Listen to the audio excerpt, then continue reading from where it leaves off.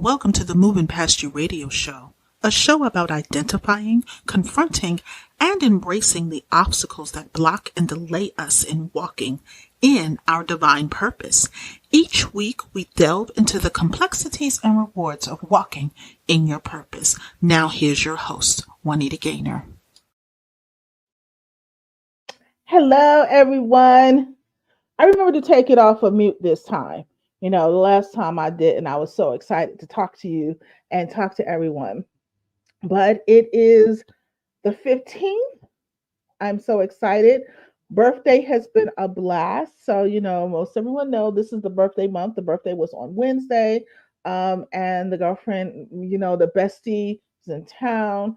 And she has just been made it really easy. Her and the hubs has made it really easy just for me to enjoy myself.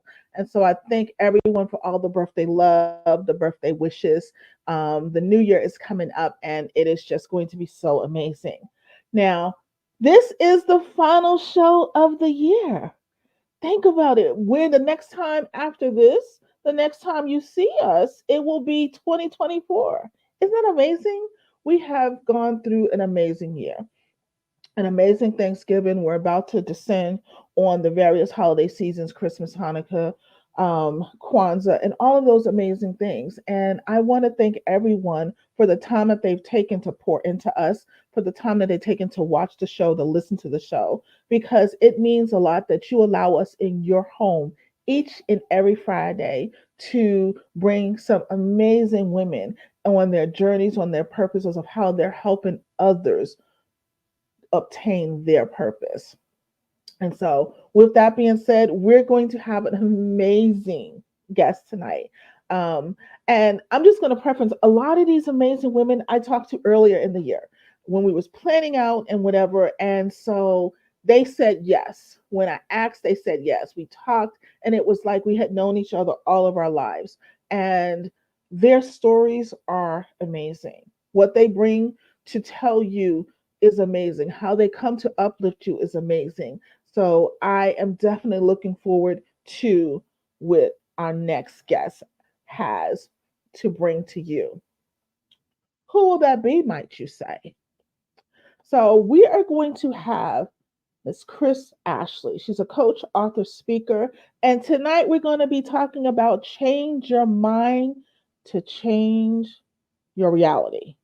Now that is important. Like anyone who knows me, you know that I am very important when it comes to mindset. That is what I do. That is what is, core to me. Because sometimes we do all these crazy things and we don't want to change the reality of the situation. We don't want to do whatever. We want to do the surface level. And we're going to go beyond that today.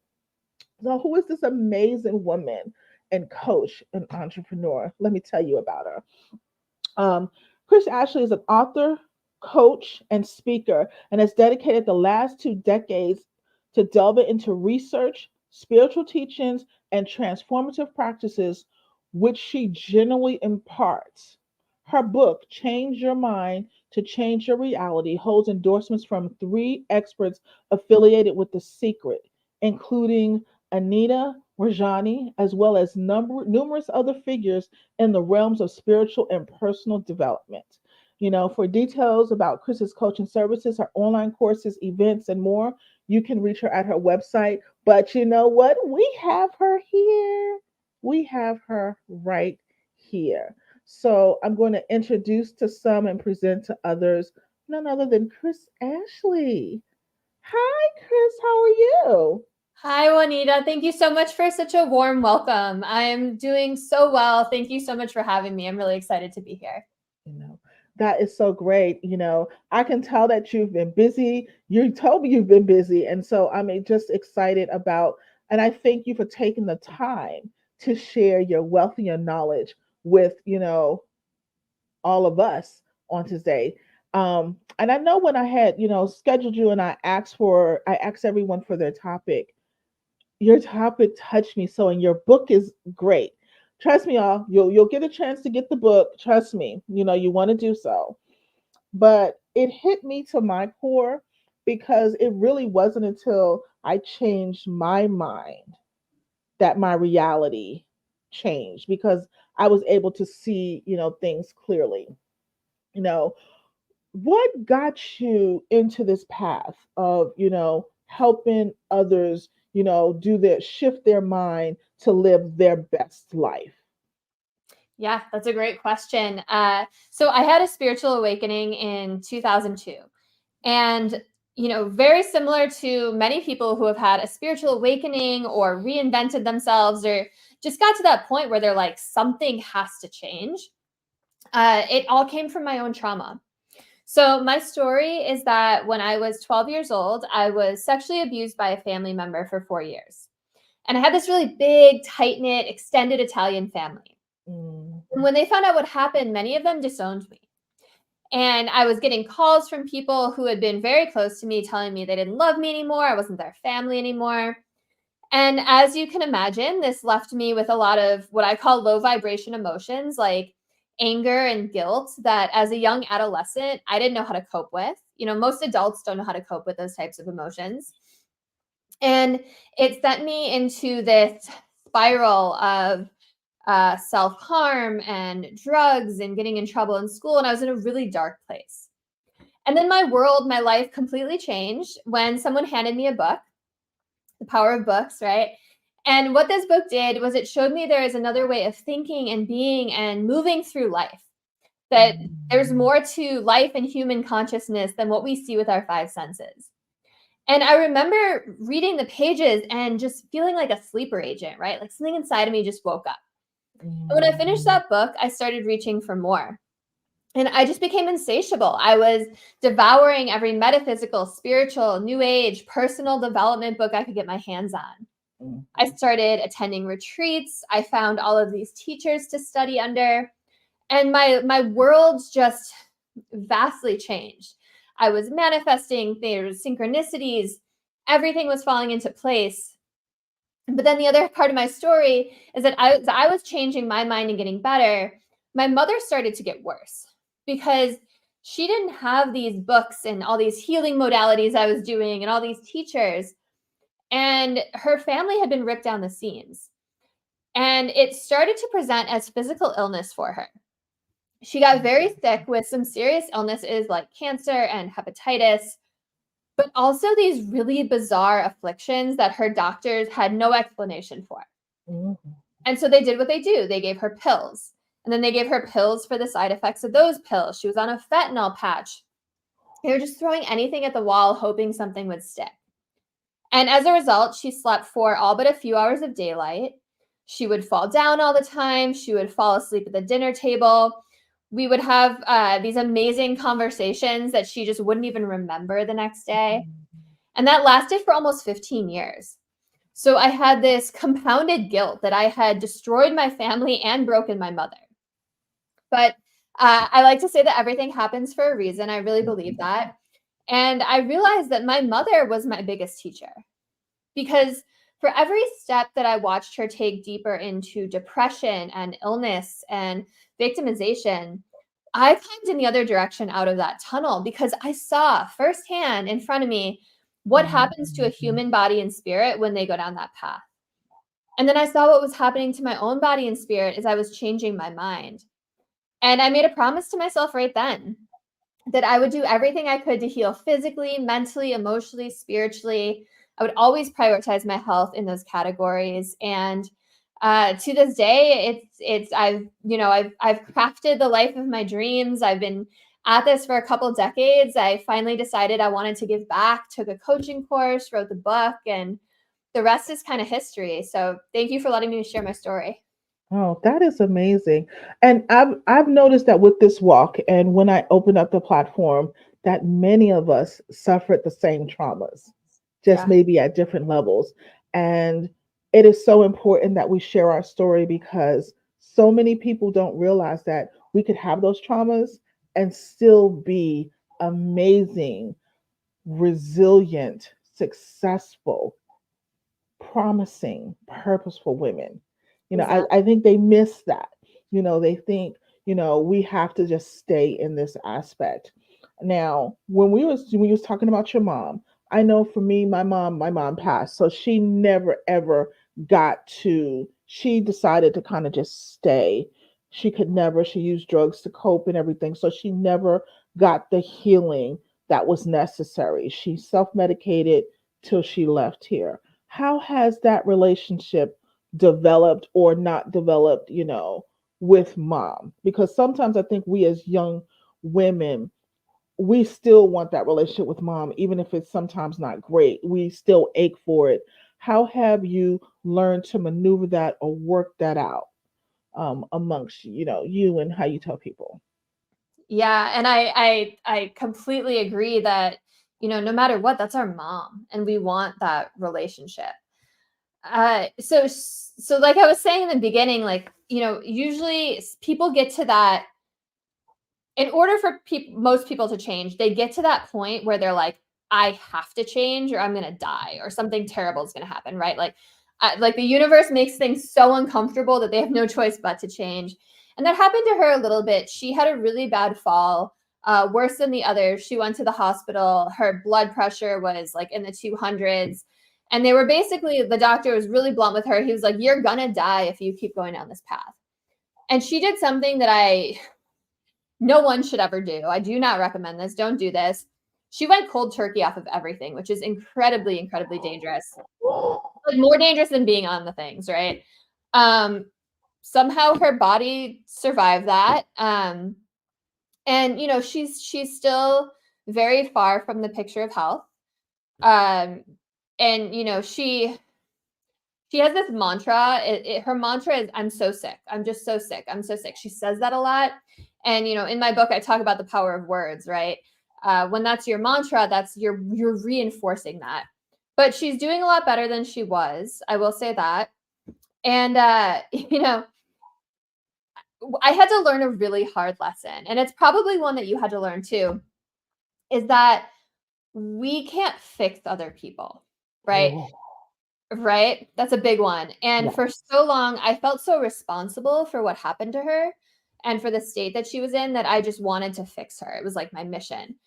And I would read all these books. I'm such a book nerd. I read like a book a week. And if I found something that I thought would really, really help her, I sent it to her. Like she lives in Chicago, I live in California. I would send it to her. And not even spiritual things. Things like, I remember I sent her Johnny Sarnos's Mind Body Connection about how emotions are caused by repressed illness is caused by repressed emotions. And she would just get so offended that I would send her these Mhm. books. To me, I was like, I was doing it out of love. I was trying to help her. Like, hey, this helped me. I think this will help you. But to her, it was like, whoa, you're pushing your beliefs on me. You're saying that you know better than me. And she really got angry. She took offense to it. And so Mm. I thought, if I write a book, she's going to read it.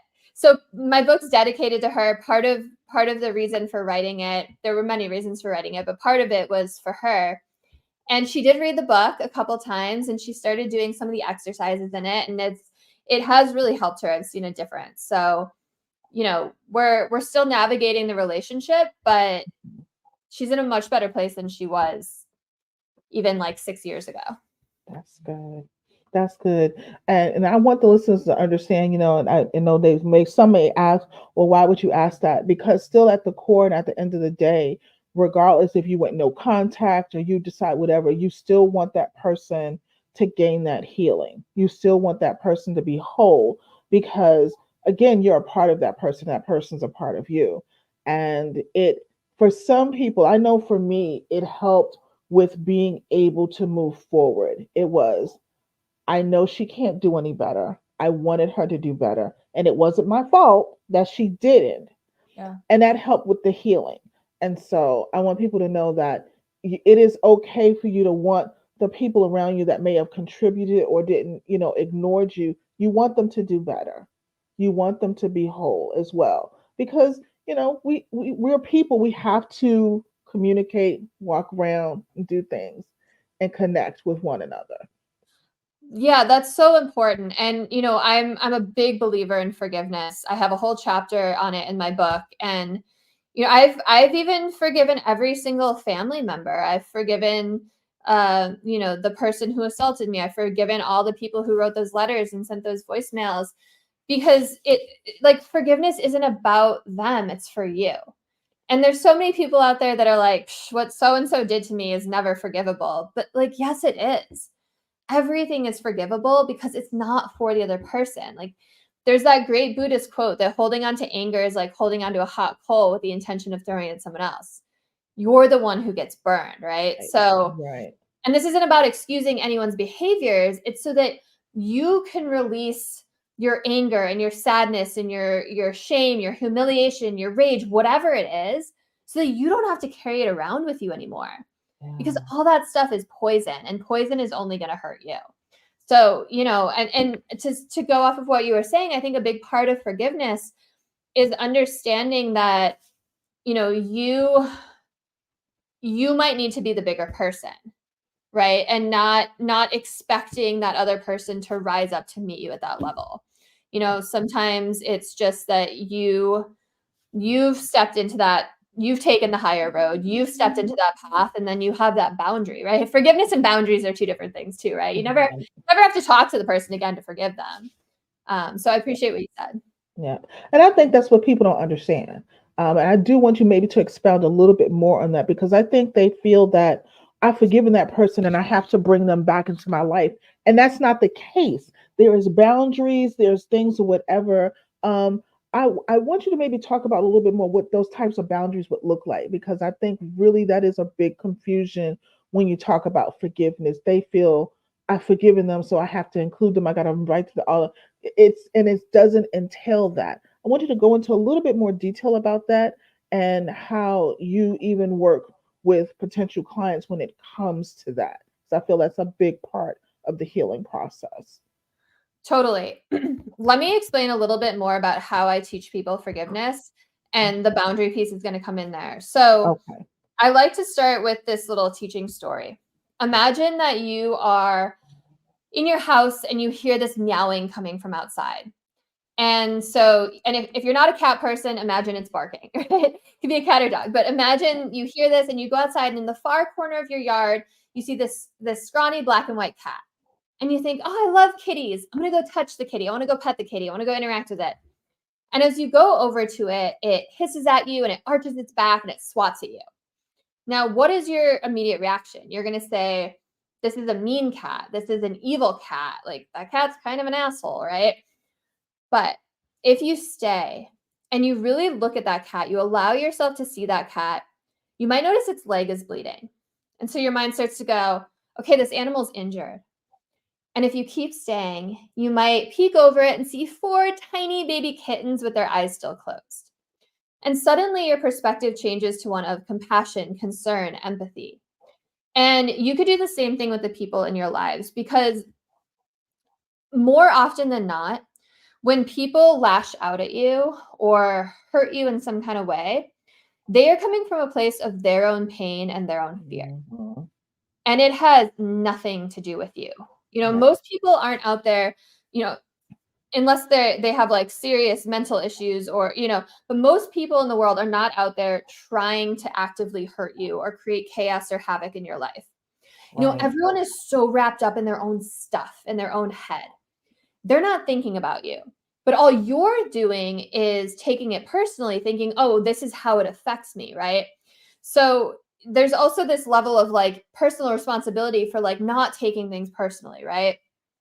There's this, one of my favorite poems is called On the Day You Read This by Lane Thomas. And there's this line in there I love that says, no one's really judging you when you walk into a room. And all they really want to know is if you're judging them. And that's so Mhm. powerful, right? Because Yes. everyone is just so concerned with their own stuff.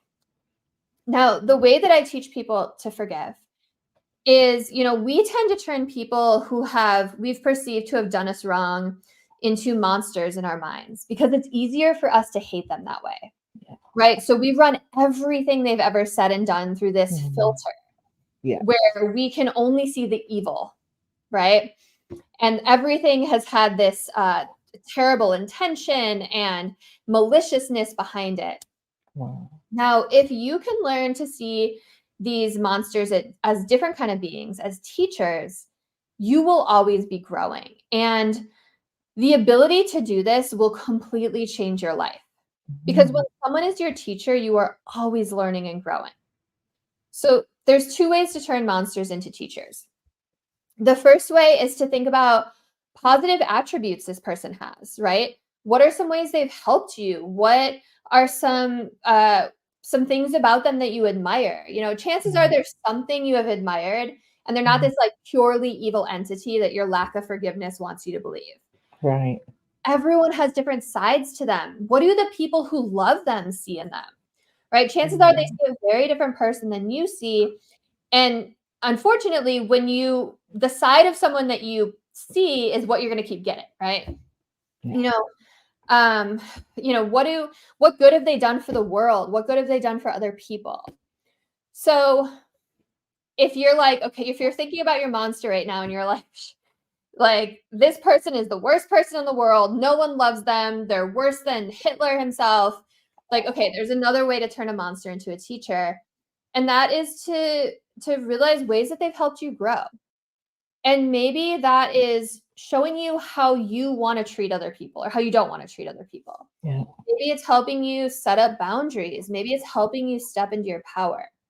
Like, chances are you've learned something from your encounters with them, or you would learn if you could just let go of your anger and hate, right? So the idea of boundaries is just understanding all of these things, seeing them for the teachers that they are, sending them love, right? And you don't have to talk to them ever again. Right. Just because they don't need to be a part of your life. But you're letting go of that emotion attached to it. Right? You're not going to be triggered if you see them. You're not going to be triggered if someone brings up their name.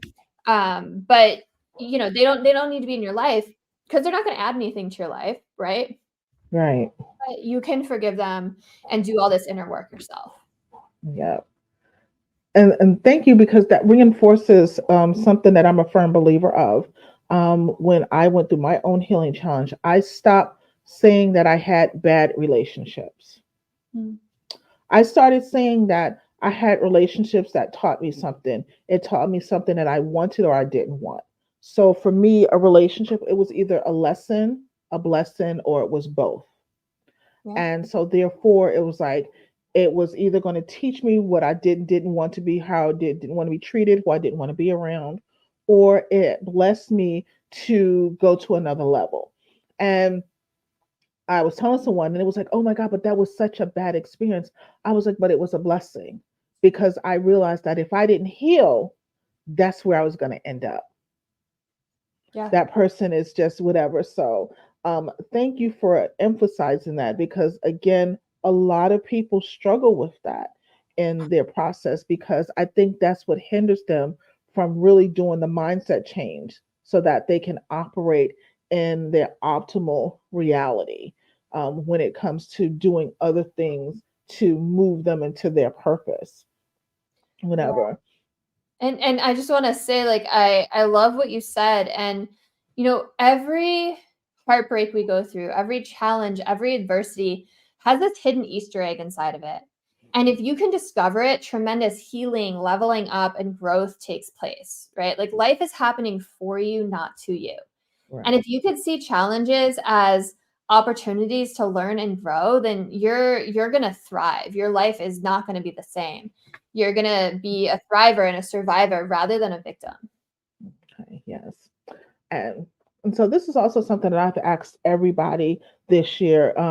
I feel that we're on the inside of COVID, meaning it's going to be with us. It's what I call endemic. It's going to be around, but with with COVID happening and the lockdown and things happening, how have you noticed that there may be had been a shift in your clients or your potential clients? Like, what was some of the things that you saw come from that?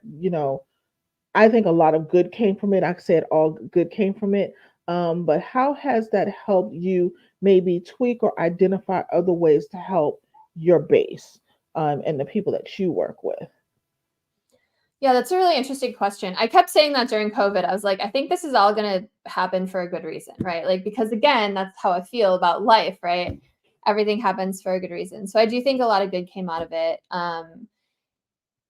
It goes back to what I was saying in the beginning. Like, usually, I was talking about it on an individual level, but on a collective level as well, it's true. Like sometimes it takes things falling apart for us to be able to build something better, for us to be able to reinvent ourselves or make that right turn, So, I like to work with people who are ready to change.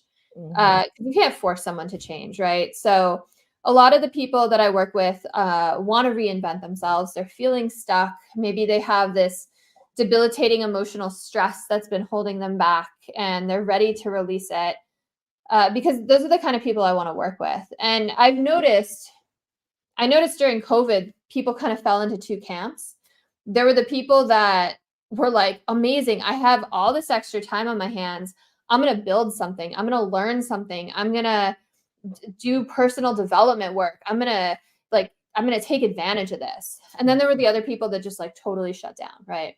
Wow. And that's not to say that that's not to like talk poorly about them or to say that there's anything wrong. Like people were coping with how they coped, but I wrote my book during COVID. I took like tons of courses.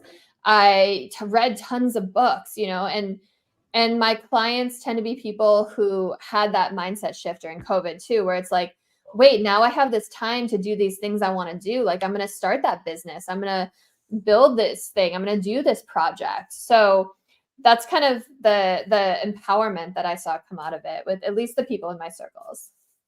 Wonderful. Yeah, I saw that too. I saw a lot of people really taking that time to reflect and identify that this isn't where I want to be. I want something more. And actually having the kind of time to do it. It made you think you had to talk to the kids, you had to talk to the husband, you had to talk to the wife. Like you had to have meaningful conversations now and to identify where you were in life. You can no longer hide behind the kids' soccer practice or the swim team. Everybody was in the same location. So I know a lot of the clients that I got, it was, oh my goodness, like I was trying to run for this for so long, but I have no choice but to kind of deal with it, which was great for a lot of people. As well as we were talking earlier about mental health. This was before we went on, and I want you to talk about how important it is for people to seek therapy before they even get to you, and why is that important in moving forward into what the end game work? Because I think people think, and we've talked about it. They think, oh, you're coaches, you can handle all of those things, and sometimes I've said it, even on my platform, but I want you to really explain how you would explain it, the difference between the two, and why is it so important that therapy is foremost before we get into the grimy of the life coaching and the life changing that they want to do. Yeah, that's funny. You and I totally did go off on that a little bit. Well, so I on my website, I literally just pulled up my website because I'm like, I'm gonna tell you exactly what it says. There's a difference between therapy and coaching, right? And what I say on there is a therapist helps the client heal by figuring out the why, and a coach helps clients move forward by focusing on the how, right? A therapist focuses on deep-seated emotional issues to work on personal healing or trauma recovery. A coach focuses on clarifying goals and identifying obstacles in order to create action plans to achieve desired results and unlock your potential. And then the third point was a therapist focuses more on healing from the past, where a coach focuses more on getting you where you want to be next. So, I think it is really important to distinguish because, as you and I were saying, we've both had clients try to treat us as a therapist, and even like liability reasons for us, like that's just a no-go, right? That's just it's safer for the client, it's safer for us, it's better for all parties. I love therapy. I think everyone should go to therapy.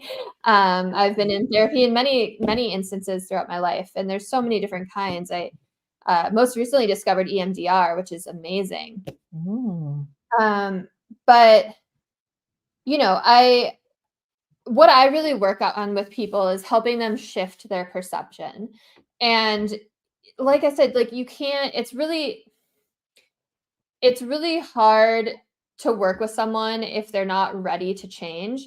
And a lot of that readiness to change comes from doing that work beforehand, right? Comes from getting to that place of maybe what I call the dark night of the soul, right? Of that darkness of needing to pivot out of it.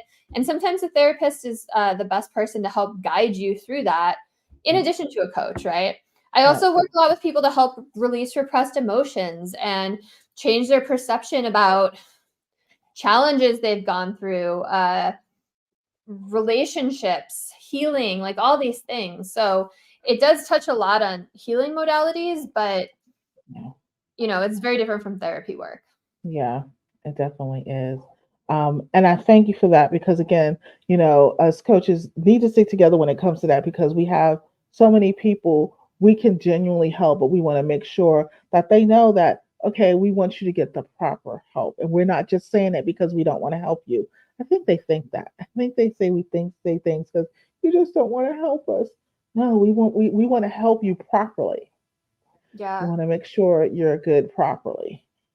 I get it a lot on social media too, which is interesting. I have a lot of people DM me and say, I'm going through this awful thing in my life, or I've gone through this trauma or whatever. Like, what do I do? How do I fix it? And, you feel bad when you're like, well, come take my course or come work with me, so I try to like give people a little bit of guidance, but then again, that's where setting boundaries comes in, right? Because, just telling someone through text, like some big advice like that can put you in kind of dangerous waters too. So Yeah. you have to be really careful to walk that line. That's good. Yeah, I tend, personally, I have some referrals that I can refer them to. Be like, hey, this is what is presented. Talk to this person. They can help you a little bit more in a proper setting. Because I want you. I may check up and things like that. But yeah, we do have to protect ourselves. Yeah. And so we was talking about your book, and you said you wrote it during COVID. Um, how when you wrote the book, um, what was the main purpose behind writing it, and how has it opened other doors for you as you're working with your clients and even with your own, healing and self healing? It's a great question. Yeah. So, first of all, I wrote the book in like a month. I feel like I channeled it, Ooh, like flowed out of me. wow. I had notes in my phone that I would just add to constantly for like a year of things I wanted to touch on. But once I sat down, it was like a month, and I got up in the morning, I had my coffee, I sat at my computer, and then I just didn't move for like 12 hours. I Ooh. was like in the flow state. Yeah. And the book was so cathartic to write also. So I've been a teacher in various aspects of my life. I used to teach English. I taught yoga. I also own a yoga studio. I used to teach people how to teach yoga. So I ran yoga teacher trainings, and I'm a coach. And in all of these different professions, I've learned that the best way to learn information is to teach it to someone else. Mhm. Because when you have to sit down and figure out how to make it accessible and figure out how to break down these complex ideas into digestible pieces that Yeah. people can understand, especially because I talk a lot about science in my book, I talk a lot about quantum physics. Like when you can really explain all these complex thoughts in a simple way, you understand it on a deeper level. And it also made me have so much more, uh, I guess, just gratitude and respect for the teachers that lit the path before me, the teachers that Mhm. inspired me that I learned from, and from my own lived experiences. Yeah. So I got so much out of it.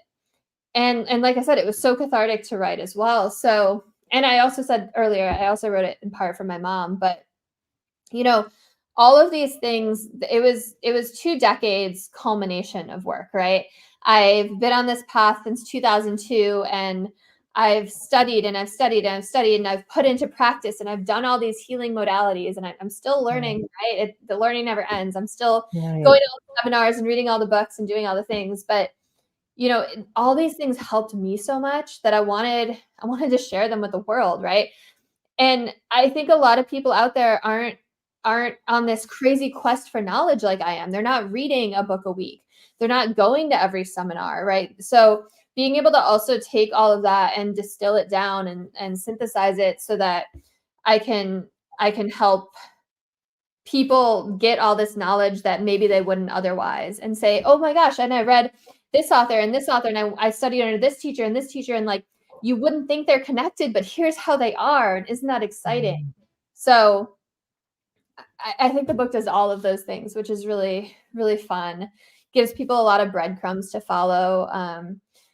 If there's a particular methodology I talk about, they can go pursue that or look it up or read up more about it. So, I got a lot out of it. And did I answer your question now? I forgot your original question. No, you did. You're answering it now perfectly, because that's what I wanted to know. Like, how has it helped you move forward? How has it helped your client base? What, brought you to do it? Like, I'm excited about it because you're right. When you're researching a particular book that you want to do, or writing, even if it's about how you've gone through your life, it is amazing how much you research and dig deep to really have, because you want the person who's reading it to understand it the way you understand it in even a deeper level. Like, I'm a math girly. I like, physics. Like, you're talking to a girl who did physics and trig and all of that, and would just do the homework and just be like, okay, I'm done. So I understand that aspect of it, but someone else may not. And so to have the joy of breaking it down and someone getting it on that level and it helping them, I definitely understand that. That's the best thing. Yeah, totally. And then as far as how it helped me, I mean, like you said in the beginning, so I had 3 people who were on The Secret. For those of you who have seen the film The Secret, endorse it. So that was Marcy Shimoff, Bob Doyle, and Michael Beckwith, all huge in the personal development space. John Gray endorsed it, who wrote Men Are From Mars, Women Are From Venus. Yep. Anita Morjani, who wrote Dying to Be Me. She was Wayne Dyer's protege. And then 10 other people in the personal development and spiritual space. So that alone opened a lot of doors. I ended up launching my own podcast about a year ago. And through all these connections, I was invited to join a podcast network that's owned by the Los Angeles Tribune. So they help a lot with distribution and promotion. They're doing a lot with podcasters working in the personal development space. So I was just on a Think and Grow Rich panel with the Think and Grow Rich Institute. Oh, nice. Really, there's some great headliners. Mary Morrissey, who I did my coaching with, Les Brown, just huge people. And I've just gotten a lot of speaking gigs, a lot of been on 70 podcasts promoting the book, which has been the best gift because I've met so many amazing people and had such amazing connections and conversations. And so it's been great. That's wonderful. I love to see when a person's art actually makes room for them and expands the horizons, because sometimes, we don't think about the things that when we really kind of release it, and we're releasing it to help others, but not only help ourselves, but then when it catches hold and then it goes from that little small place you release it from, and now it's nationwide and it's global, or it's international, that is when you really see that, oh wow, I should have did that earlier. Or, oh wow, that's really helping more than, it's going further than what I thought it could ever do. So I know that's a great feeling to see others, taking what you've done, understanding it, digesting it, and then using it to move forward in their lives. Absolutely. And I think it comes down to following your passion and your joy. Because when you follow your passion and you do things that make you feel good, you keep adding to that pile of goodness. It puts you in that flow state, right? You're on your purpose. You're living your purpose. You're living your life path. And then there's so much ease, right? There's so much flow, and more things that make you feel lit up get brought to you. And the same when you live with your own authenticity. Right? People always talk about these high vibration emotions like love and joy and compassion and gratitude. And those are so important, but authenticity is just as important, right? Being your own authentic self, following your heart. So many people stay in jobs that are subpar or relationships they're unhappy with because they don't think they're worthy, or they're afraid, right? You know, 90% of people don't achieve their goals, and it's for two reasons. One, they get started and they get stuck, and they just give up, right? Because they can't adapt or move through it. But the bigger reason is they're so fearful to get started that they don't even begin in the first place. Yeah. Right? So it's about like following your passion and your joy and being authentic to who you are and what you're meant to do on this earth, and trusting that it's all going to work out. Yeah. That is the key, like really getting started. Um, and for those who are listening, we're not saying, oh my goodness, I was afraid at one point. I think we all were at some point, but I can say I can speak for myself, and I can probably definitely speak for Chris when we said even though we may have been a little scared to do it, we saw the overall bigger goal. There was somebody we wanted to reach, or someone we wanted to reach with our message and with our story, to make us go to that next point, to say, okay, like for the book, even though you wanted your mom to be better subconsciously. So it's just like, she won't read no one else's, but she'll probably read it if I do it, and we can put all the information in. I did that with an aunt of mine. I couldn't, really talk to her about the trauma that I had, and so I had collabed on a book, and I sent it to her, and we were able to have an open conversation about what really happened, because she was willing to read that and all the other women's, and it was like, and get it. But when you send the articles and other people's work, you're like, man, I don't want to hear that. So we all operated scared at one point. Yeah, and I think that's so important. And I think the key is like, you just do it afraid. You know, like you might be terrified, but you do it despite the fear, or you do it afraid, you do it anxious, you do it sad, you do it whatever. And growth happens when you step outside of your comfort zone. Right? Mm, There's that old saying, like the comfort zone is where dreams go to die. Like you have to get out of your comfort zone to grow. You know, if you take nothing else from this episode, take that. And you do it afraid. And if you fail forward. You learn the lesson and you try something else, right? Yeah. yeah, Yeah, you gotta, in order to have something you've never had before, you have to do something you've never done before. yeah, Simple as yeah. that. Because otherwise you're thinking the same thoughts, you have the same belief system, the same emotions are created from that, the same actions, the same habits. So you might live for 20 more years, but you're living the same year 20 more times because nothing's changing. That's powerful. Yeah. That's very powerful. That's powerful and an amazing outlook, because I've never thought of it in that way. Mm. I've never thought of it in that way. You're living the same year every year 20 times if you don't make that change. That's powerful. So if you don't want to live like that, we got to make the change.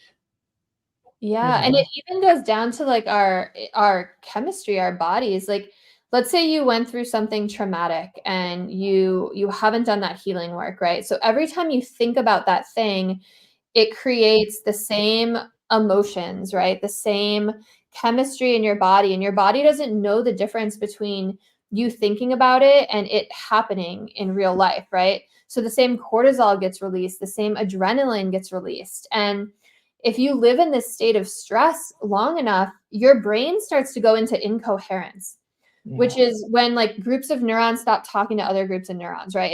It's like a bunch of drummers banging out different rhythms. Like it's chaos, it's disorder. And when your brain's in incoherence, your body's in incoherence. So your brain sends that same chaotic signal to your central nervous system. And then your central nervous system sends that same chaotic signal to your immune system, your endocrine system, your digestive system, your respiratory system. You can Hmm. quite literally make yourself sick. And it all starts with you thinking about this on repeat. Right. And that's what happened to my mom. That's why I saw what happened to her.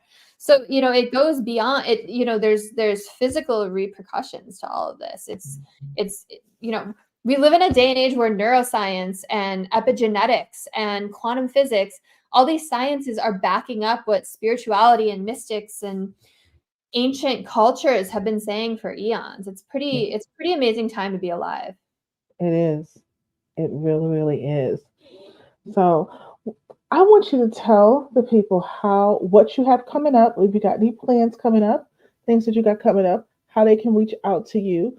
I'm just going to give you this moment to just promote the things that you got going on for the remaining year or into the beginning of the year. Well, the main thing I have going on is I'm 8.5 months pregnant. So that's what I'm really birthing in the beginning of the year, like an actual human being. But no, there's a lot of ways to connect with me. So chrisashley.net is my website. Change Your Mind. Thank you. Change Your Mind with Chris is my handle everywhere. So I'm on TikTok, Instagram, YouTube, Facebook, all the things. Perfect. Thank you so much. And my book is called Change Your Mind to Change Your Reality. I have a little gift. Yep, that's it. If you go to changeyourmindtochangeyourreality.com/order book, then if you buy the book through that website, you can get the course that goes hand in hand with it for free. I also have a free masterclass that I do every couple weeks, some freebies on my website. I have a group coaching class. I have a pre-recorded course. I have a mini course. There's lots of ways. So yeah, exactly. Head over to the website, connect with me on social media. Change Your Mind with Chris Ashley is my podcast if you want to listen to that. And thank you so much for letting me self-promote for a moment. No, that is wonderful. Again, I just loved our conversation. I loved it earlier on when we first met. I'm so excited for the little bambino and bambina you're approaching that you get to bond with and enjoy with come the new year. And then so you'll have some downtime and then you'll be up and at it again with it, with everything. So I'm grateful that you have that downtime, but I was grateful that you took the time with us on this evening to close out our year, you know, in such an amazing fashion. Because again, it's the holiday season, mindset is everything. And we're always going into those difficult environments with, family, friends, and got to know that our mind is where it's at. I love it. And again, I'm gonna put the book up there. Go get the book. Go get the book. See, what I'm going to do is I'm going to go to the site and I'm going to order the book through here and do the things too. So it's like, you know, it is amazing for those who may not catch it. You'll find notes, books. Definitely will have a way for you to always reach out to her. Chris, thank you for being here on this evening. Thank you so much. And I forgot to say the book is also available in paperback, ebook, and audiobook. So if you like to listen Ooh, there too. Thank you so much for having me, Juanita. This is one of my last interviews of the year. It was great to be your last guest of the year. And thank you for the work you do. It's important and I appreciate you. thank you so very much. Thank you for being here. Wasn't that amazing? I told you guys that it's just been awesome. Again, if you didn't get whatever, you can head over to our website, movingpastyou.com. Everything to be able to connect with Chris will be there. All the lovely links, show notes, and all of that. Connect with her, get to know her. If you're not ready, you may know somebody who is ready to refer over to that. You may say, oh, what if I don't forget how to reach her? You can reach out to me and we'll pass that information along. We are here to help promote other people. We work with the ladies. That's what we do. That is what we do. That is who we are. But we want everyone to be whole, that is ready to do the work that goes into that. Like I said, this is the last show of the season, not of the season of 2023. We still got a much to do this season, So again, thank you so much for everything and all that you put into it. We will be back on the first week of January. We are taking our Christmas and New Year break. We want you to enjoy your family, enjoy your loved ones, and just do family. And if you know what, if you don't have family, quote unquote, create your own traditions, create your own environment, create your own family. For those who know me or follow me, this is the first time in maybe almost 20 years that I am actually putting up a Christmas tree and I am actually decorating this year. A year or so I did some decoration, but I am really going all out this year and it will be done by tomorrow. So I'll share pictures, whatever. But I am in a great space and I've decided that I'm going to let that show with those decorations of the holiday season because again, I'm creating something new. And whether it's small, you may do a small tree, whatever it is, create that new tradition so that you can go forth and be healed. Again, thank you so much. Thank you so much for being here. Have a wonderful, wonderful evening, and we will see you in the new year. Have a great one. Thanks for joining us this week on the Moving Past You radio show. Make sure to visit our website at www.movingpastyou.com, where you can subscribe to the show on iTunes. If you found value in the show, rate us on iTunes or simply tell a friend about the show. And be sure to tune in next Friday for our next episode. And remember to always be kind in your word, your thought, and in your deed. Be blessed.